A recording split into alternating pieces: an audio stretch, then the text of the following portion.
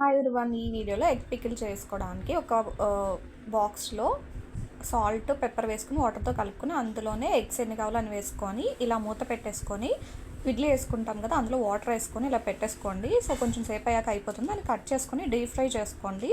So అదే deep fry చేసిన బాండీలో పసుపు, ఉప్పు, కారం, గరం మసాలా వేసుకోండి. కారం లాస్ట్లో వేసుకొని ఎప్పుడైతే మనం కారం వేసుకొని కలుపుతామో వెంటనే దించేసేసి ఏదైతే మనం ఎగ్ ఫ్రై చేసుకున్నామో అది లాస్ట్లో నిమ్మరసం వేసుకోండి. ఇది కనుక వేడివేడి అన్నంలో కలుపుకొని తింటే మామూలుగా ఉండదు. చికెన్ మటన్ పికిల్ కంటే ఇది కూడా చాలా బాగుంది.